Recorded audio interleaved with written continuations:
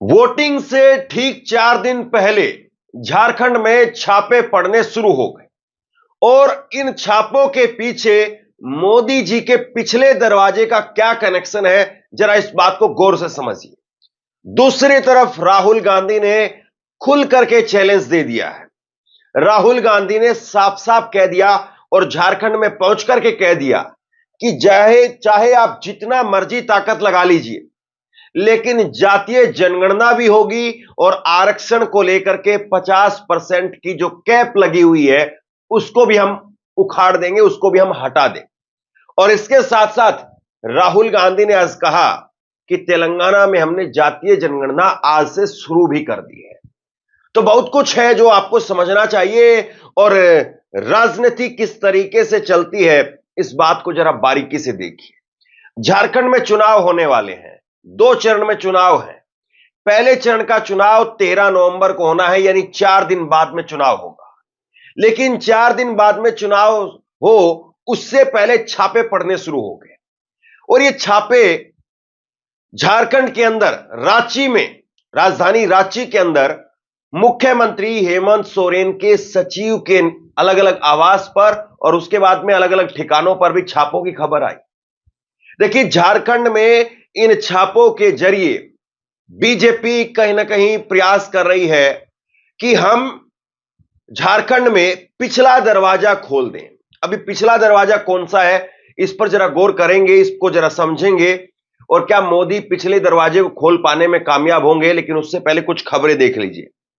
खबरें निकल करके सामने आने लगी कि झारखंड में हेमंत सोरेन के निजी सचिव सुनील श्रीवास्तव के रांची आवास पर केंद्रीय एजेंसियों की छापेमारी जारी है। अधिक जानकारी की प्रतीक्षा है। आयकर विभाग इससे पहले भी छापेमारी कर चुका है। 26 अक्टूबर को आयकर विभाग ने विधानसभा चुनाव के दौरान हवाला के माध्यम से धन के लेन देन की सूचना के आधार पर रांची, जमशेदपुर, गिरिडीह, कोलकाता में भी छापेमारी की थी। इस दौरान आयकर विभाग ने हवाला कारोबारियों के ठिकानों से 150 करोड़ रुपए की बेनामी संपत्ति और निवेश से संबंधित दस्तावेज जब्त किए थे। तो आज भी जानकारी के मुताबिक आज भी रांची में 7 और जमशेदपुर में 9 जगह पर छापेमारी चल रही है। तो कुल मिलाकर के आप ये देखिए कि क्या जो है वो विपक्ष के नेताओं के ऊपर एक शिकंजा कसने की इन एजेंसियों के जरिए कवायद है। मतलब कम से कम चुनाव आयोग को इस बात को देखना चाहिए कि जिस राज्य में चुनाव हो रहे हैं उस राज्य में कैसे जो जांच एजेंसियां हैं वो विपक्ष के नेताओं को ठिकाने में लगाने में लगी हुई है। और मोदी जी के पिछले दरवाजे का कनेक्शन क्या है, इस बात को जरा गौर से समझिए। दरअसल क्या है कि 4 दिन पहले जो छापे पड़े हैं इससे कहीं ना कहीं बाकी नेताओं को संदेश देने की कोशिश है। अगर बीजेपी के पास में नंबर नहीं आए, और जाहिर सी बात है बीजेपी झारखंड में किसी हालत में अकेले अपने दम पर पूर्ण बहुमत की सरकार नहीं ला पाने की कंडीशन में है। बीजेपी ने वहां पर आजसू के साथ में गठबंधन किया है। इससे पिछले बार जब विधानसभा चुनाव था तो बीजेपी अकेले लड़ी थी और हार गई थी। हेमंत सोरेन वहां पर सरकार बनाने में कामयाब रहे। लेकिन बीजेपी ने इस बार आजसू के साथ में गठबंधन किया है। तो बीजेपी कोशिश कर रही है कि कुछ सीटें हम लेकर के आएंगे, 8-10 5 सीटें वो आजसू की भी आ जाए और उसके बाद में सरकार यहां पर बन जाए। लेकिन अगर ऐसा नहीं हुआ, बीजेपी के पास में भी नंबर नहीं आया और आजसू के पास में भी नंबर नहीं आया, तो फिर रास्ता क्या है, किस तरीके से सत्ता के जरिए सत्ता तक पहुंचा जाए, इसका जरिया क्या हो सकता है, यह रूट क्या हो सकता है, कहां से निकले बीजेपी। तो उसके लिए पिछला दरवाजा है और यह पिछला दरवाजा और कोई नहीं बल्कि जेएमएम है। यह पिछला दरवाजा और कोई नहीं बल्कि हेमंत सोरेन है।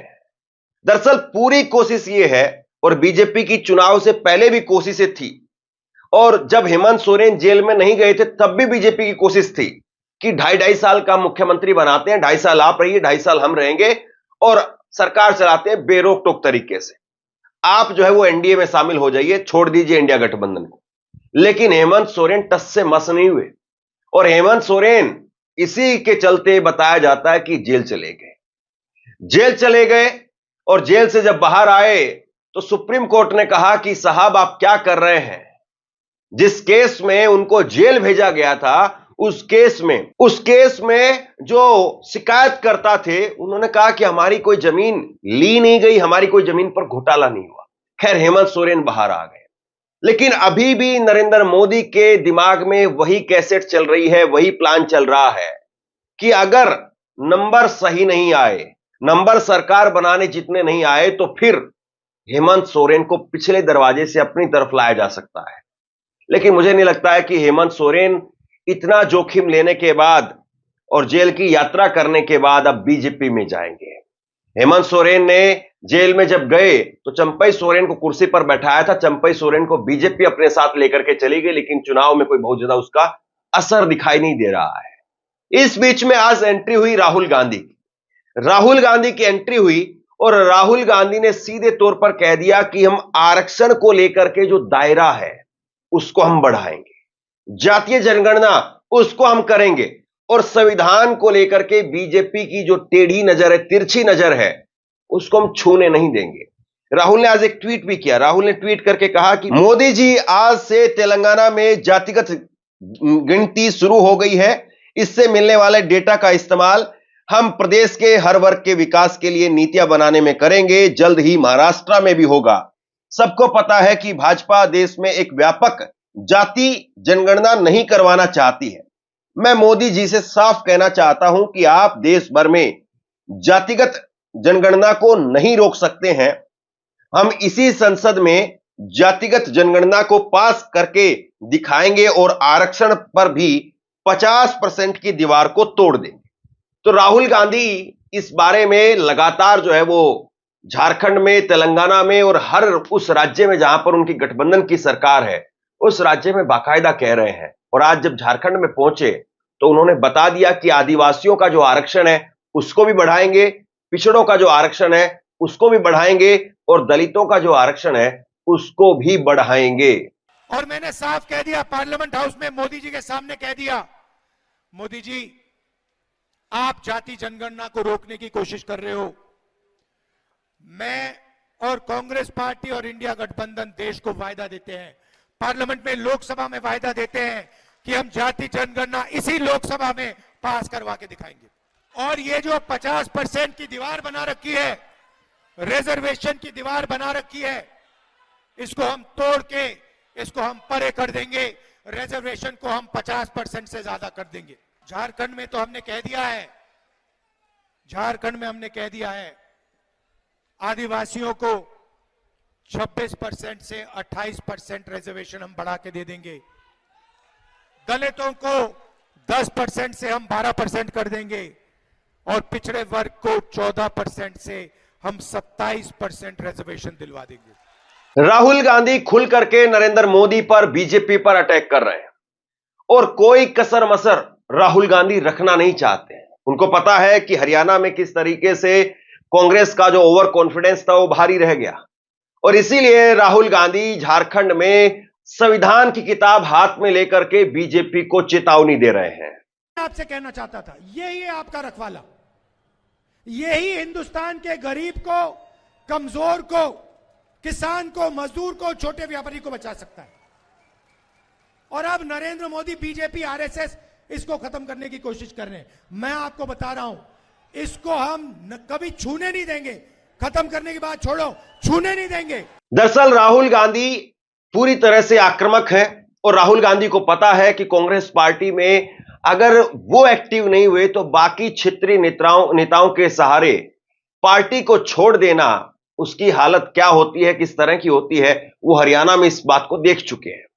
और इसीलिए राहुल गांधी ने पूरे प्रचार को अपने हाथों में ले लिया है। राहुल क्या कह रहे हैं?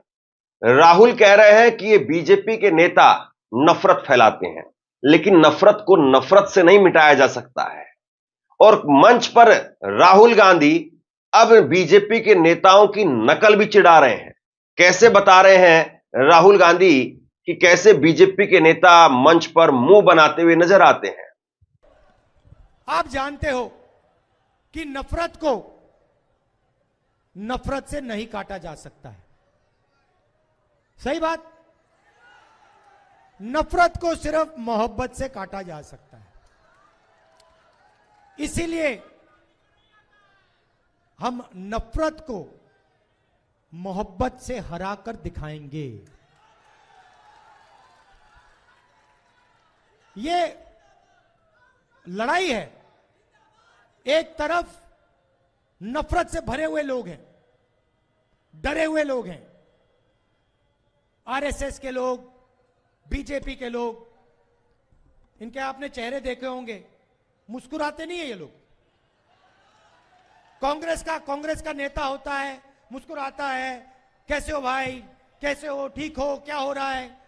बीजेपी के नेता ऐसे देखते हैं, अंदर अंदर अंदर नफरत है, अंदर डर है।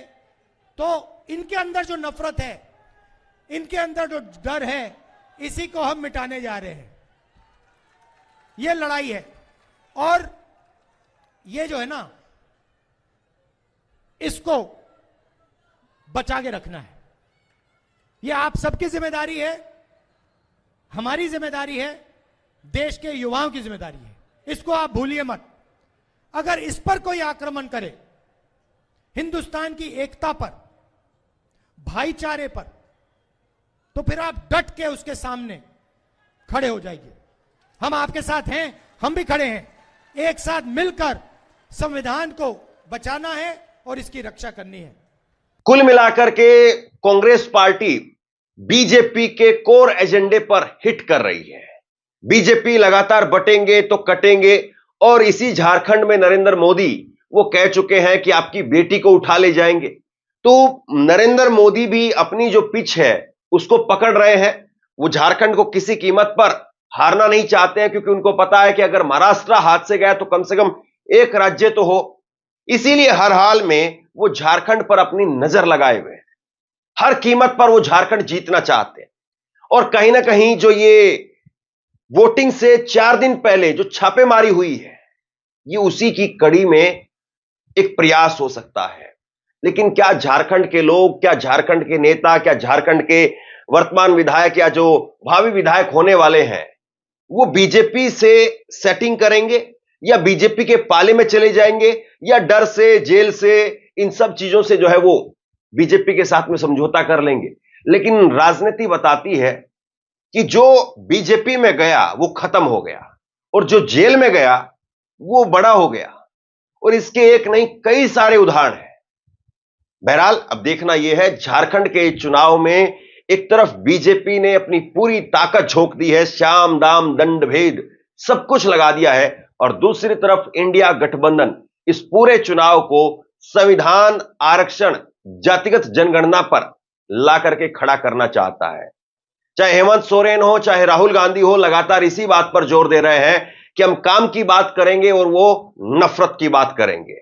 बाकी देखते हैं कि झारखंड में इस बार किसके हाथ बाजी लगती है।